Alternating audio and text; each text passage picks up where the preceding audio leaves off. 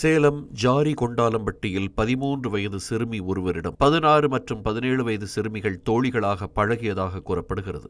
பின்னர் அந்த சிறுமியின் பிறந்த நாள் விழாவில் கஞ்சா கலந்த சாக்லேட் கொடுத்து போதைக்கு உள்ளாக்கி அவரை பல இளைஞர்களிடம் அழைத்துச் சென்றதாக புகார் எழுந்திருக்கிறது. கடந்த ஓராண்டாக 10க்கும் மேற்பட்ட இளைஞர்கள் அந்த சிறுமிக்கு பாலியல் தொல்லை கொடுத்ததாகவும் கூறப்படுகிறது.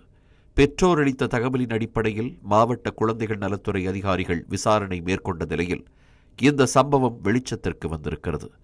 இது தொடர்பாக பாலு உள்ளிட்ட 8 பேர் மீது போலீசார் வழக்கு பதிவு செய்து 2 சிறுவர்கள் உள்ளிட்ட 7 பேரை கைது செய்திருக்கிறார்கள். ஆனால் சிறுமியை இந்த கும்பலிடம் அழைத்துச் சென்றதாக கூறப்படும் 16 மற்றும் 17 வயது சிறுமிகள் மீது உரிய நடவடிக்கை எடுக்கப்படவில்லை என்ற குற்றச்சாட்டு எழுந்துள்ளது. இந்த சம்பவத்தின் அதிர்ச்சி அடங்குவதற்குள் வாழப்பாடியிலும் அதிர்ச்சி அளிக்கும் சம்பவம் வெளிச்சத்திற்கு வந்திருக்கிறது. வாழப்பாடியில் பிற்படுத்தப்பட்டோர் மற்றும் சிறுபான்மையினர் நலத்துறை கட்டுப்பாட்டில் செயல்பட்டு வரும் சமூக நீதி விடுதியில் தங்கியிருந்த மாணவிகளுக்கு கஞ்சா உள்ளிட்ட போதைப் பொருட்கள் வழங்கப்பட்டதாக புகார் எழுந்தது.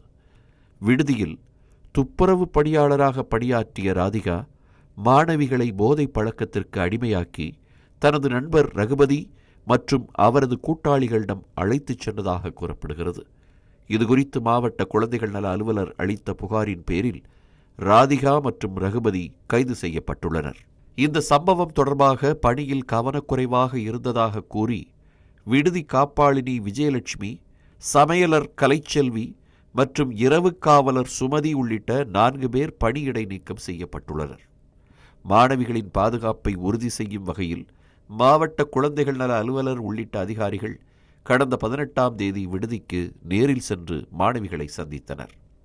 அப்போது குழந்தைகள் உரிமைகள், சொந்த பாதுகாப்பு, அவசர நேரங்களில் புகார் அளிக்கும் வழிமுறைகள் மற்றும் சட்ட விழிப்புணர்வு குறித்து எடுத்துரைக்கப்பட்டது.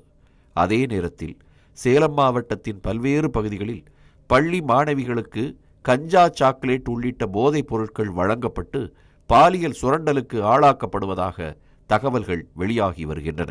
ஓமலூர் அருகே குட்டப்பட்டி, சேலம் மாநகரின் கண்ணங்குறிச்சி உள்ளிட்ட பல்வேறு பகுதிகளிலும் இதுபோன்ற சம்பவங்கள் நடைபெறுவதாக தகவல்கள் பரவி வருகின்றன.